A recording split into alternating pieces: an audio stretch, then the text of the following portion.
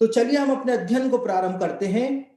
परमेश्वर के महान और अद्भुत अनुग्रह से एक बार फिर से परमेश्वर ने ये समय हमको प्रदान किया है कि हम हनोक की पुस्तक के ऊपर अपना ध्यान केंद्रित कर सकें।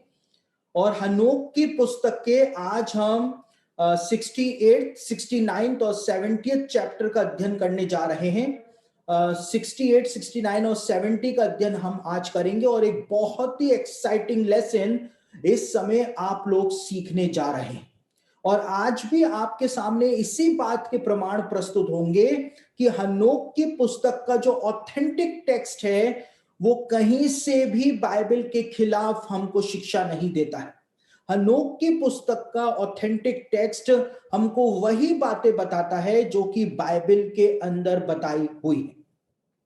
और बीते अध्ययन के अंदर हमने इस बात को देखा था कि जब यीशु मसीह का दूसरा आगमन इस संसार के अंदर हो जाएगा और उसके बाद आकर के वो न्याय करेगा, कैसे परमेश्वर के राज्य की स्थापना करेगा, कैसे अलग अलग प्रकार से न्याय होंगे, इन सब विषयों के ऊपर हमने बीते लेसन के अंदर अध्ययन किया था। बीका नामक एक दूत ने मिकाएल से निवेदन किया था कि वह गुप्त दिखाए ताकि वह उसका उच्चारण शपथ में कर सके, ताकि वे सामर्थी उस नाम और शपथ के सामने कांपे, वे जिन्होंने मनुष्य की संतानों को सारे भेद बता दिए थे। देखिए, बीका नाम के एक दूत के बारे में यहां पर बताया हुआ है जो कि इन 200 दूतों में से एक था। और बीका नाम का ये दूत जो था, इसने मिकाएल स्वर्गदूत से जाकर के रिक्वेस्ट करी थी कि मिकाएल मुझको वो गुप्त नाम बता दे। कौन सा गुप्त नाम? एक नाम है जो गुप्त है, एक गुप्त नाम है। ये वो नाम है जिसने सारी सृष्टि की रचना करी। ये वो नाम है जिसके सामने सारी सामर्थ घुटने टेक देती हैं। एक गुप्त नाम है, वो सिर्फ मिकाएल को पता था।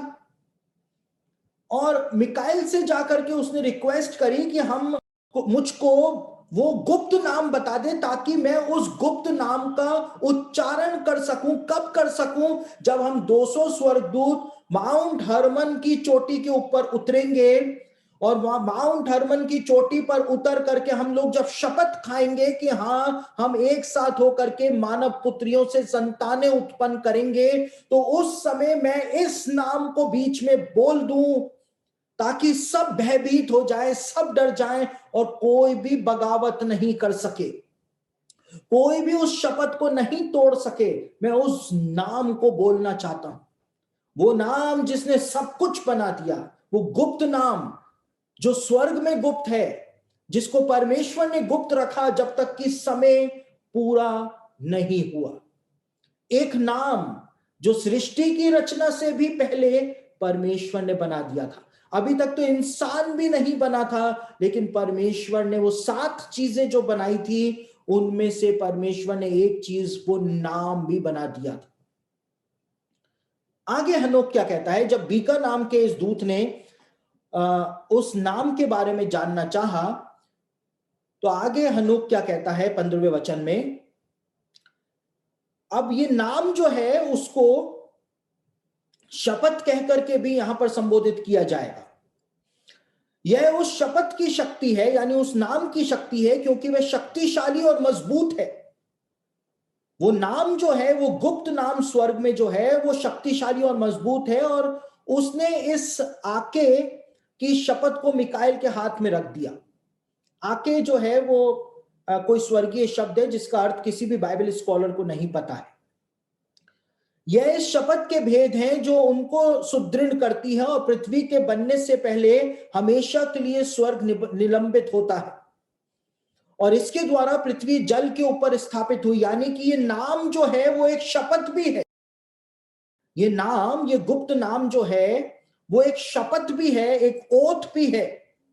एक ऐसी शपथ है कि परमेश्वर ने उस नाम के द्वारा जो शपथ खाई कि ये शपथ ऐसी है जो टूट ही नहीं सकती है। वो नाम की सामर्थ ऐसी है जो टूट ही नहीं सकती है। यहां पर इस बात को बताया जा रहा है।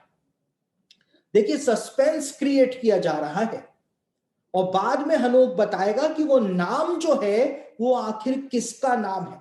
वो नाम किसका है जो परमेश्वर की शपथ के बराबर है, यानी कि परमेश्वर जो शपथ खा लेता है वो टूट ही नहीं सकती है, वो नाम बिल्कुल वैसा का वैसा है। उस नाम के द्वारा परमेश्वर ने जो कुछ भी बनाया वो अपने स्थान से टल ही नहीं सकता है। कितना ही बड़ा भूकंप आ जाए, ये पृथ्वी अपने एक्सिस पर हिल जाती है लेकिन टलती नहीं है। कुछ भी हो जाए, वो सोलर सिस्टम जो है वो चलता ही रहता है लेकिन अपने स्थान से टलता नहीं है, क्योंकि परमेश्वर ने उस नाम के द्वारा सब कुछ बनाया। और वो नाम किसका है, उस नाम ने क्या किया, पहले हम वो देख लेते हैं। यहां पर 17वें वचन में लिखा हुआ है कि इसी नाम के द्वारा पृथ्वी जल के ऊपर स्थापित हुई और पहाड़ों के गुप्त स्थानों से सुंदर जल आया। जगत की सृष्टि से लेकर हमेशा तक यह ऐसा का ऐसा ही है कि पृथ्वी जल के ऊपर स्थित है और पहाड़ों में से सुंदर जल आता ही आता है। सृष्टि की रचना से लेकर हमेशा तक ऐसा होता ही रहता है, क्योंकि उस नाम की सामर्थ्य से यह सब कुछ बना है। और उस शपथ के द्वारा समुद्र की सृष्टि हुई, यानी उसी नाम के द्वारा, और इसकी नींव के समय उसने क्रोध के समय के लिए रेत को स्थापित किया और जगत की सृष्टि से हमेशा तक वह उसको पार करने की हिम्मत नहीं करता। परमेश्वर ने इसी नाम या शपथ के द्वारा समुद्र को बनाया, समुद्र के किनारे रेत को बनाया, और समुद्र जो है इस नाम की सामर्थ के कारण उस रेत को पार करने की हिम्मत नहीं जुटा पाता है। और उस शपथ के द्वारा गहराइयां मजबूत हुई और अपनी जगह से टल नहीं सकती हैं हमेशा हमेशा के लिए। और उस शपथ के द्वारा, यानी उसी नाम के द्वारा, सूरज और चांद अपना पथ पूरा करते हैं और अपने नियम से नहीं हटते हैं हमेशा से हमेशा तक। 21वें वचन में, और उस शपथ के द्वारा तारे अपना पथ पूरा करते हैं और वह उनका नाम पुकारता है और वे हमेशा से हमेशा तक उसको उत्तर देते देते रहते हैं। और इसी तरह जल की धाराएं और वायु और सारी पश्चिमी वायु और उनका प्रवाह सब एक साथ जुड़ जाती है, और इनमें गर्जन के शब्द का और बिजलियों के कोष सुरक्षित हैं, और ओले और ओस के कोष और कोहरे के कोष और वर्षा और ओस के कोष सुरक्षित। ये सब विश्वास करते हैं और आत्माओं के प्रभु के सामने धन्यवाद देते हैं और अपनी शक्ति के द्वारा उसको महिमा देते हैं, और उनका भोजन धन्यवाद देने के सारे कार्यों में है। वे धन्यवाद देते और स्तुति करते और हमेशा आत्माओं के प्रभु के नाम को ऊंचा उठाते हैं। यह शपथ उनके ऊपर प्रबल है और इसके द्वारा वे सुरक्षित हैं और उनके पथ सुरक्षित हैं और उनका नियम सुरक्षित है। यहां पर हनोक ने एक बात बताई है कि एक नाम है स्वर्ग में, उसी नाम को उसने शपथ कह करके भी संबोधित किया, और वो कहता है कि सब कुछ जो परमेश्वर ने बनाया वो इसी नाम के द्वारा बनाया। जैसे एक शपथ होती है जो तोड़ी नहीं जा सकती है, ऐसा नियम है उस नाम के अंदर, वो सामर्थ है, वो नाम शक्तिशाली है, मजबूत है, कि उस नाम के द्वारा परमेश्वर ने सब कुछ बना दिया। और सारी सृष्टि की एक एक चीज जो परमेश्वर ने बनाई वो उस नाम की सामर्थ के अंदर सुरक्षित है, संरक्षित है। पर इस बात को हनोक ने बताया, एक नाम है, वही नाम एक शपथ है, और वो नाम की सामर्थ जो है उसके द्वारा ही सब कुछ बनाया गया है। सब कुछ उसी नाम के द्वारा बनाया गया। अभी सस्पेंस जो है वो आगे बढ़ रहा है। ये नाम आखिर किस व्यक्ति का है? क्या ये नाम परमेश्वर का है या ये नाम किसी और का है? ये नाम किसका है? और उनमें बड़ा आनंद है। देखिए, ये सारी सृष्टि जो है वो मिलकर के आनंद मनाती है उसी नाम के कारण, कि वो नाम परमेश्वर ने यूनिवर्स में रखा हुआ है। इसलिए इन सब सृष्टि की हुई चीजों का कोई बाल भी बाका नहीं कर सकता है, क्योंकि वो नाम यूनिवर्स के अंदर फैला हुआ है। और इसीलिए सब जो है वो बहुत आनंदित हैं और वे धन्य और आदरणीय और ऊंचे हैं, क्योंकि उनको उनको मनुष्य के पुत्र का नाम प्रकट किया गया है। ये नाम जो है वो किसका नाम है? ये नाम मनुष्य के पुत्र का नाम है, जो कि पूरी सृष्टि के ऊपर प्रकट किया गया है। मनुष्य के पुत्र का नाम है। यीशु ने खुद अपने आप के लिए कहा कि मैं मनुष्य का पुत्र हूं। और यहां पर हनोक कह रहा है परमेश्वर ने सब कुछ जो है वो इसी नाम के द्वारा बनाया। और किसके नाम के द्वारा बनाया है? मनुष्य के पुत्र के नाम के द्वारा बनाया है। 7 चीजें जिनकी सृष्टि परमेश्वर ने जगत की उत्पत्ति से पहले कर दी थी, यहूदी रब्बी कहते हैं, उनमें से 7 में से एक चीज थी जो कि मसीह का नाम था। और बाइबल में भी यही बात बताई हुई है कि आदि में वचन था, वचन परमेश्वर के साथ था और वचन ही परमेश्वर था। वही सृष्टि करने की जो क्रिएटिव पावर थी वो मसीह ही था। और कुलुसियों की पत्री में एक बहुत महत्वपूर्ण बात पौलुस ने बताई है, उस वचन को मैं आपके लिए पढ़ देता हूं। कुलुसियों की पत्री उसका पहला अध्याय 15वें वचन से आपके लिए पढ़ रहा हूं। यहां पे पौलुस यीशु मसीह के लिए कहता है, वह तो अदृश्य परमेश्वर का प्रतिरूप और सारी सृष्टि में पहलौठा है, क्योंकि उसी में सारी वस्तुओं की सृष्टि हुई, स्वर्ग की हो अथवा पृथ्वी की, देखी या अनदेखी, क्या सिंहासन, क्या प्रभुताएं, क्या प्रधानताएं, क्या अधिकार, सारी वस्तुएं उसी के द्वारा और उसी के लिए सृजी गई हैं। वही सब वस्तुओं में प्रथम है और सब वस्तुएं, बहुत ध्यान से सुने यहां पर क्या पौलुस कहता है, सृष्टि की सारी वस्तुएं उसी में स्थिर रहती हैं। पूरी की पूरी सृष्टि जो है, जो परमेश्वर ने बनाई, वो यीशु मसीह के द्वारा ही बनाई और वो यीशु मसीह में ही स्थिर रहती है। और यहां पर हनोक क्या बोल रहा है? यहां पर हनोक बोल रहा है कि पूरी सृष्टि जो है वो सुरक्षित है, संरक्षित है, क्योंकि वो नाम जो है उसके अंदर पूरी सृष्टि जो है वो सुरक्षित रहती है, संरक्षित रहती है। एक नाम यूनिवर्स में फैला हुआ है, उसके द्वारा सब चीजें बनी हुई हैं और टलती नहीं। एक और वचन को हम देख लेते हैं जो इब्रानियों की पत्री के पहले अध्याय में लिखा हुआ है।